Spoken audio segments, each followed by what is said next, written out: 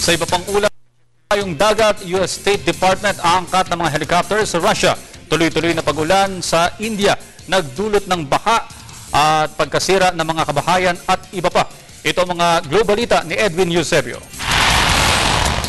Gagasta ng $572 million ang Pentagon para ibili ng 30 military helicopters na gawa sa Russia. Gagamitin ng mga naturang military helicopters ng Afghan Security Forces. Ito ay bilang suporta sa counter-terrorism, counter-narcotics at special operation missions. Bago ngunitang noong karaang taon, bumili na ang US Defense Department ng 1 dosenang Mi-17 aircraft sa Russia. Lubog sa baha ngayon ang Northern India. Bunga ito ng tuloy-tuloy na pag-ulan na nagdulot ng pag-apaw ng Ganga River. May 50 taon na rin ang nawawala at 11 pinangangambahang namatay matapos anurin ng baha.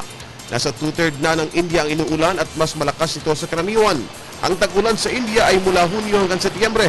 Bagamat maraming sakahan sa India ang makikinabang sa pag-ulan, mas marami ang napinsala ngayon dahil sa tuloy-tuloy na pag-ulan. Para sa Telebisyon ng Bayan, Edwin Eusebio.